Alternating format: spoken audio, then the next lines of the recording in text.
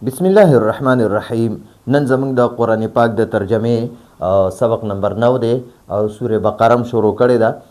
سوره بقره مدنی سورت دی او 280 آیاتونه دي پکې او 40 رکوګانې دي پکې. نن به انشاءالله مونږه آیت نمبر 6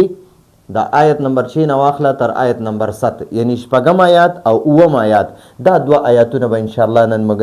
لفظي ترجمه به وایو او لږ ډېر به پکې دا صیغې هم حل کوو او ورسره به مختصر تفسیر کوو. بیا انشاءالله چې کله موږ ترکیب کوو نو بیا په ترکیب کې به بیا تفصیلي صیغې حل کوو. نو دا خو زمونږ تفسیر د عوامو دپاره دی دا ترجمه او تفسیر. نو دې کې به کوشش کوو چې داسې خبرې پکې وکړو چې هغې نه عوامو ته فایده ورسي. نو اول مونږ تلاوت کو. اعوذ بالله من الشیطان الرجیم بسم الله الرحمن الرحیم ان الذين كفروا سواء عليهم أأنذرتهم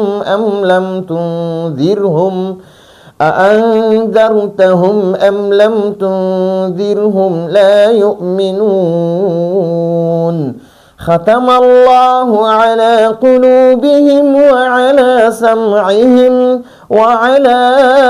أبصارهم غشاوة ولهم عذاب عظيم صدق الله العظيم. اوس مونږه د ان چې کوم ځای کې مونږ راځي نو د دې به معنی وي بېشکه یا یقینا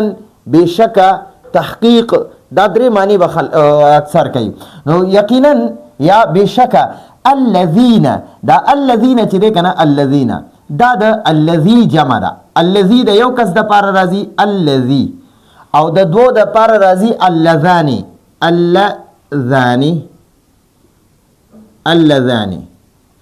او اللذانی او د ډیرو د پاره راځي الذین. نو دا الذین دیتا اسم موصول وی، اسم موصول ورته وی. او دا الذین معنی را کم خلق چی ان بشکا الذین یا ان الذین بشکا کم خلق چی کفرو کافران شول انکار وکړو کفر اختیار کو. او یعنی دا کفرو چې ده کنه کفرو دا د کفاره جمع ده. دا کفاره دا فعل ماضی ده. کفاره معنی ده یو سړی انکار وکړو یا یو سړی کفر وکړو. کفاره د دې تسنیه راځي کفرا دا الف ورسره مخې ته راځي. د دې معنی ده دوه سړو کفر وکړو یا دوه سړو انکار وکړو. او د دې جمع راځي کفرو معنی هغې ټولو انکار وکړو. نو ان الذین بشکا کم خلق چې کفرو کافران شول انکار وکړو. کم خلکو چې انکار وکړو ټیک شوه. سواء برابر ده یا یو خبره ده. نو سواء علیهم سواء معنی ده برابر ده یا یو خبره ده علیهم په هغوی یعنی د هغوی په حق کې یو خبره ده یعنی برابر خبره ده. دا حمزه نه دی، حمزه دا استفهامیه دی یا مصدریه دی. خو دلته استفهامیه چې مونږ واخلو او د دې یو جمله ده یو آیات دی په هغې کې دا حمزه م راغی او ام راغی ام. نو بیا به د دې معنی مونږه کوو کچرته. د دې حمزه معنی به مونږه کوو کچرته دا ام نه وی راغلی که نه دا ام نه وی راغلی. نو بیا به د دې حمزه مونږه معنی کوله آیا انذرتهم ته هغوی یارې هغه سوال خلق کوي کنه یعنی آیا ته دا پلانې یارې نو دغه شانته بیا معنا راتله. خو دلته پکې ام راغی کنه نو د دې دا حمزه چې دی د معنی به اوس مونږ کوو کچرته. انذرته تا او یرول هم هغوی یعنی هغوی دی د دوزخ د اور نه او یرول دی د الله پاک د عذابونو نه دی او یرول. ام یا که لم تنذر تا اونه يرول هغوی اونه يرول لا يؤمنون هغوی ایمان نه وروړي هغوی خبره نه مني هغوی منکرین دي نو ګورئ ان الذين بشک کم خلق چې کفرو کافران شول یا انکار وکړو کوم خلکو چې انکار وکړو سواء علیهم سواء معنا ده یو خبره ده یا برابر ده علیهم د هغوی باره کې یا د هغوی په حق کې معنا ده کچرتا انذرتا دا انذرتا نه دی انذرتا دا د فعل ماضی واحد مذکر حاضر صيغه ده انذرتا معنا ده تا او يرول انذرتا تا او يرول او انذرتو معنا ده ما او يرول که په تا باندې پیش راولي کنه دا اصل کې انذرتا دا سره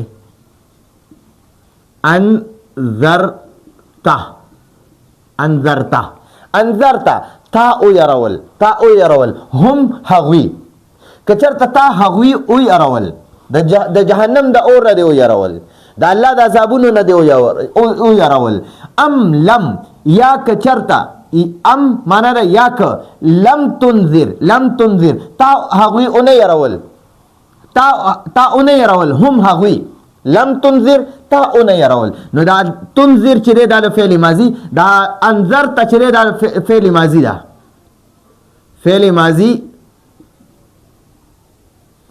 فعل ماضی واحد مذکر غائب صيغه ده واحد مذکر حاضر صيغه ده او تنذر چې تنذر دا د فعل مضارع ده فعل مضارع او عمدق واحد مذکر حاضر ده واحد مذکر حاضر تنذر معنا لم تنذر معنا تیارې لم تنذر معنا تا او نه يرول نو دا لم چې د فعل مضارع معنا ماضی ته اړای ٹھیک شو نو لم تنذر تا هغوی او نه يرول لم تنذر تا او نه يرول هم هغوی ٹھیک شو نو وګوره کته هغوی یاره او کنه یاره هغه کافران دي ازلی بدبخت کافران دي هغه کته هغه د الله د عذاب نه او یاره او کنه کته هغه د الله پاک د پکړ نه او یاره او کنه ته هغه د جهنم نه او یاره او کنه خو هغوی لا یؤمنون هغوی ایمان نه وروړي لا یؤمنون نو دا یؤمنون چې کنه یؤمنون نو دا یؤمنون دا فعل مضارع ده فعل مضارع او جمع مذکر غائب صيغه ده جمع مذکر غائب د جمع مذکر غائب صيغه ده د کې دا واو ضمیر بارز متصل دی ٹھیک شو خو بیا مونږ وایو یاره دی کې یو هم ضمیر راځي هم ضمیر هغه دا هم ضمیر د جمع دی دا همدغه کافرانو ته راجع دی چې یاره دا کافران نه دي چا چې کفر کړو هغوی ایمان نه راوړي لا یؤمنون هغوی خبره نه مني هغوی ایمان نه راوړي هغوی تا د الله پیغمبر نه مني هغوی لا یؤمنون هغوی په تا ایمان نه راوړي هغوی په الله پاک ایمان نه راوړي ٹھیک شو دا کافران نو ان الذين بشکا کم خلق چې کفرو کافران شول یعنی انکار وکړو سواء علیهم داغوی په حق کې برابر خبره ده یا داغوی د بار ده یو خبره ده انذرت کچرته ته یاره هم هغوی کچرته ته هغوی یاره ام یا لم تنذر تا اون يرول هم هغوی کتا هغوی او يرول او کتا هغوی اون يرول لا يؤمنون هغوی ایمان نه وروړي ٹھیک شو جی ختم الله ختم چې کنه ختم مهر تا وای مهر ٹھیک شو جی لکه څنګه چې زمونږه چرته دفتر ته کاغذ یوسو او ال تک په دس ختمو کې بیا پیراله مهر مو لګی ٹھیک شو مهر پیراته اوخی نو دقه شان مهر لګولې ده نو ګوره دا ختمه فعل ماضی واحد مذکر غائب صيغه ده او د دې فاعل الله ده نو دا ختم چې کنه ختم نو دا مهر تا وای مهر او لګولو چاو لګولو الله جل جلاله نو ختم الله جل جلاله مهر او لګولو نو کلم چې فعل موجود وي او د هغه فاعل موجود وي ٹھیک شو که فعل او فاعل دواړه موجود وي نو بیا به موږ اول د فاعل معنی کو وروسته به د فعل معنی کو هر ان کې فعل به مخکې لیکل شوی فاعل به وروسته لیکل شوی فعل به مخکې وي فاعل به وروسته وي خو موږ به معنی د الټه طرف نه کو اول به د فاعل معنی کو وروسته به د فعل معنی کو ٹھیک شو نو موږ وایو الله جل جلاله مهر او لګولو ختم الله جل جلاله مهر او لګولو الله جل جلاله مهر او لګولو علی معنا دا باندې علی معنا دا په یا باندې دلته موږ باندې وکړو باندې ٹھیک شو قلوب دا قلوب چې کنه دا د قلب جمع ده قلبون معنا د زړه او قلوب معنا د زړونه نو دا قلوب جمع ده او قلب واحد ٹھیک شو نو دلته قلوب راغی قلوب او په ترکیب کې دا قلوب مضاف ته او دا هم مضاف الیه دی ٹھیک شو نو دا هم چې دی دا مضاف الیه دی او دا قلوب دا مضاف ته ٹھیک شو نو موږ اول د مضاف الیه معنی کو او وروسته د مضاف معنی کو قلوبهم د هغوی زړونو علا معنی دا باندې ٹھیک شو نو ختم الله مهر لګولو علی قلوبهم د هغوی زړونو باندې علی قلوبهم نو اول به د هم معنی او کې بیا به د قلوب معنی او کې اخره کې به د علا معنی کې ٹھیک شو نو د هغوی زړونو باندې ختم الله جل جلاله مهر لګولو علی قلوبهم د هغوی زړونو باندې دا هم چې هم د کافرانو ته راځي دي چې د دې کافرانو په زړونو الله مهر لګولې ده دا د څه وجه نه دا د الله سخت نافرمانه او دی خو ارس لیدل پیغمبر لیدلو چې دا حق ته او د الله کلام لیدو چې دا حق ته او د هغه ټول معجزې لیدلې چې دا حق دي او بیا هم دی پاغه غور او فکر نه کولو سوچ په نه کولو نو الله پاک فرمایل چې ختم الله علی قلوبهم ای زمان نبی کته دا کافران د زما د اور نه زما د نیولو نه زما د سزاګانو نه یری او کنه یری خو دوی ایمان نه وروړي وجه سره ختم الله علی قلوبهم الله د دې په زړونو باندې مهر لګولې لري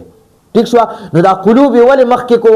په سمع باندې او په بصار باندې ځکه چې دا زړه نه دی زړه دا د ټول بدن بادشاه دی دا د ټول بدن سردار دی رئیس د سترګو د غوږونو د دماغو د لاسونو د خپو د اعضاء او جوارحو د ټولو سردار زړه دی نو کله چې زړه د الله نه ویریږي نو دا ټول اندامونه به د الله نه یریږي که زړه د الله نه یریږي کنه نو بیا ټول د الله نافرمانه وي نو حدیث کې راځي و اذا صلحت جسد كله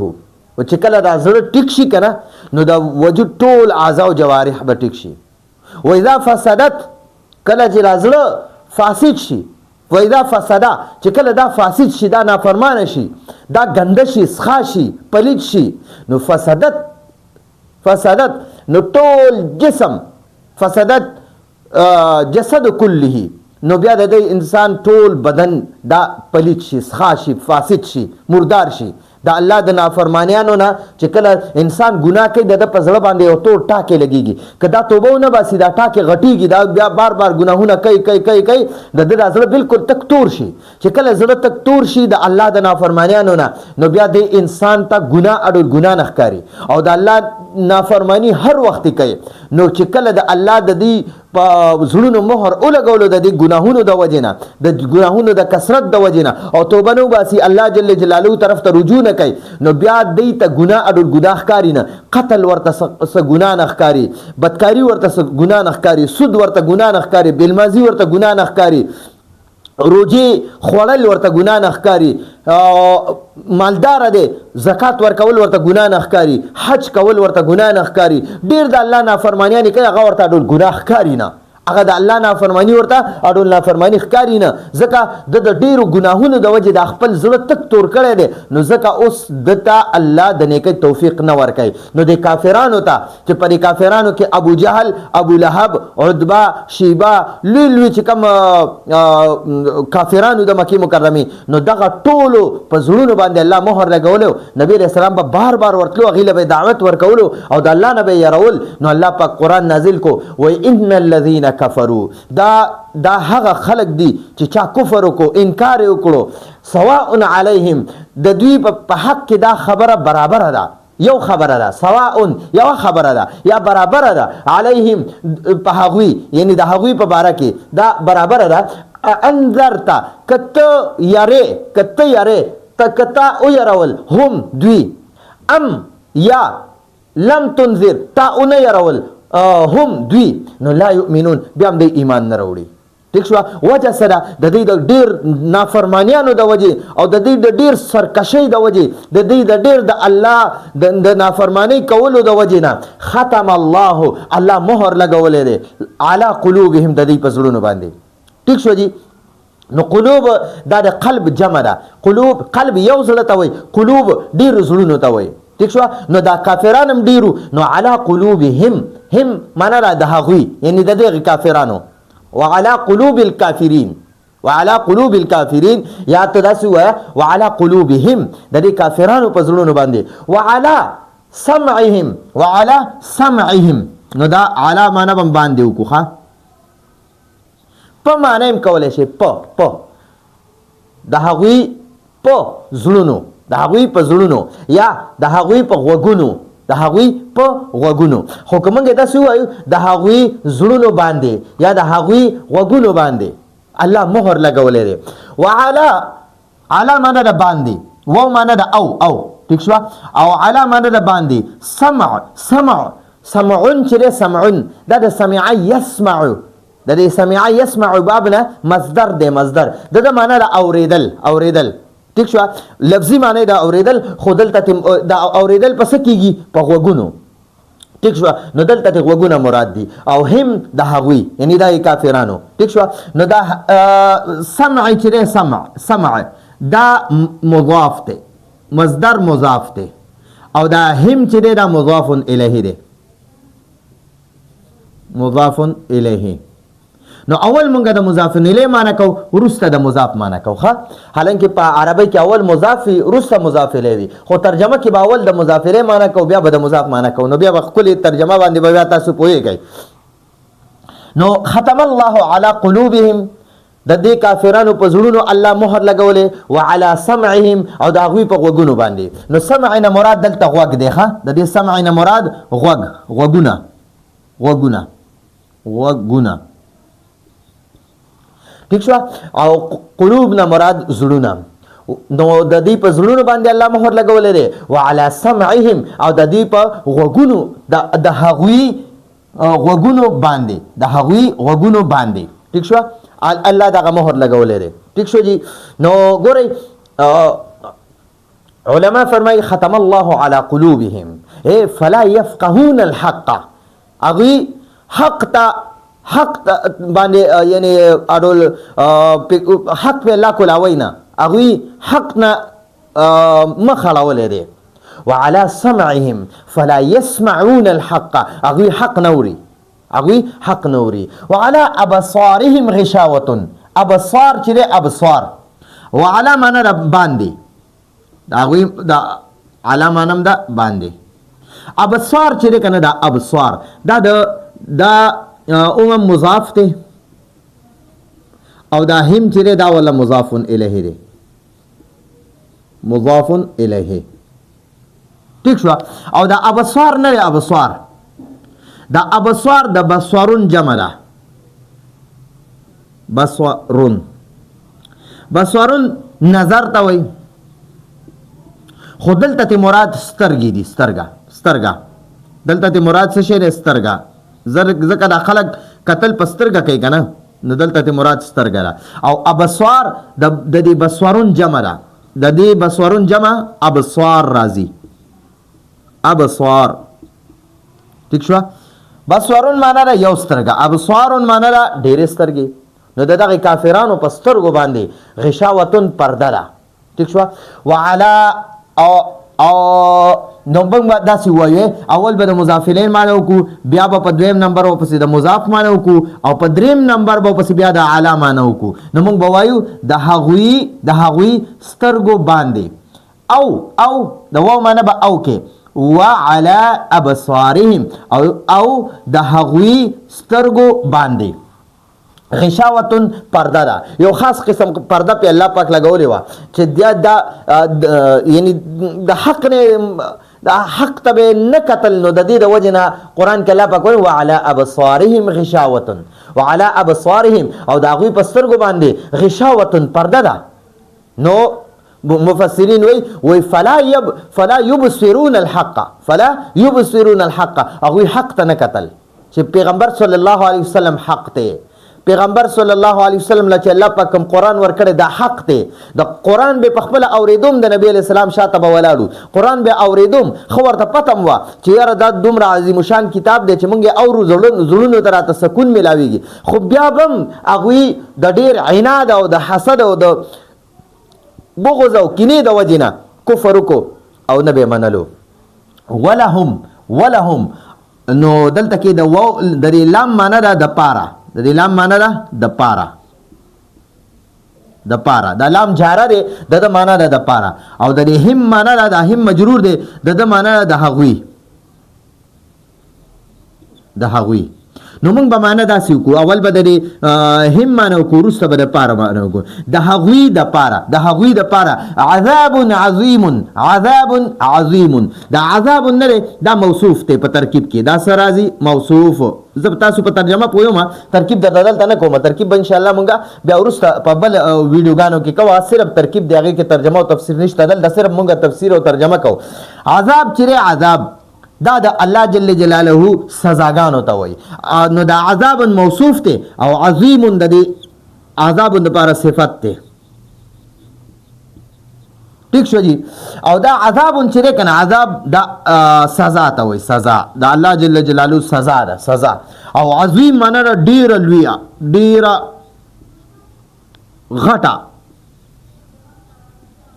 غټه یا ډیره لویه ډیره لویه ٹھیک شو نو اول مونږه په ترکیب کې د صفت معنی کو او وروسته بیا د موصوف معنی کو د موصوف معنی وروسته کو ٹھیک شو نو مونږ به وایو ولهم او د هغوی د پاره د هم معنی به وروسته وکړي مخکې وکړي او د لام جاره معنی به وروسته وکړي نو مونږ به وایو او د هغوی د هم معنی ده د هغوی لهم معنی ده د پاره د هغوی د پاره عذاب عظیم ډیر غټ عذاب دی ډیر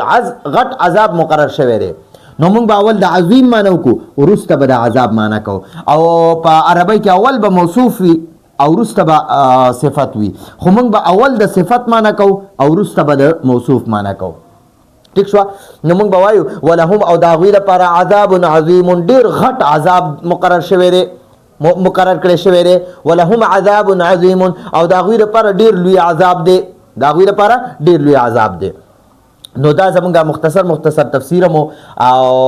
خجی نو دا عذاب الله پاک په دنیا کې مور کړی دی چې د هغوی په زړونو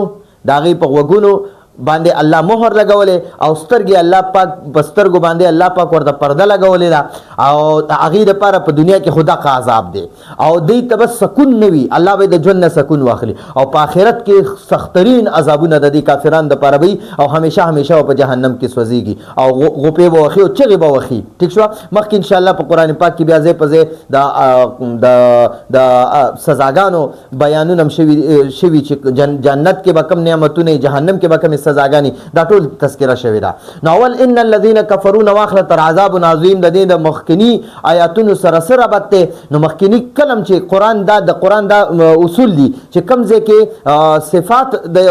د مؤمنانو صفات بیان کینو بیا پسې وروسته د کافرانو تذکرہ هم کوي چې کله د مؤمنانو تذکرہ شي بیا پسې د کافرانو تذکرہ کوي او چې کله د جنت تذکرہ شي نو بیا پسې وروسته د جهنم تذکرہ وي ٹھیک شو جی نو دا زمونږه د دې دوه آیاتونو ترجمه وا یو ځل بیا لفظي وایو ان الذين بشک کم خلق چې کفرو کافران شول انکار وکړو سواء یو خبره ده برابر خبره ده علیهم د هغوی په حق کې دا خبره یو خبره ده برابر خبره ده انذرتا کتا او یاره هم هغوی ام یا که لم تنذر تا اون يرول هم هغوی لا يؤمنون نو بیا هم هغوی ایمان نه راوړي ٹھیک شو کته هغوی او يرول دا الله د عذابونه نه او که او دې نه يرول نو دا کافران ایمان نه راوړي ختم الله جل جلاله مهر لګولو علی قلوبهم د هغوی زړونو باندې وعلى سمعهم او د هغوی غوږونو باندې وعلى ابصارهم او د هغوی سترګو باندې غشاوتن پرده ده په غوږونو او په زړونو ورله مهر لګولو او په سترګو ورله الله پرده ولګوله ولهم او د هغوی د پاره دغه کافرانو د پاره ولهم او د هغوی یعنی د کافرانو د پاره عذاب عظیم ډیر غټ عذاب مقرر شوی دی ډیر خطرناک عذاب مقرر شوی دی نو دا زمونږه د نن ورځې اسانه او ترجمه او مختصر تفسیر نو راتلونکي درس پر اجازه غواړو هذا هو المرام والله اعلم بحقيقة الكلام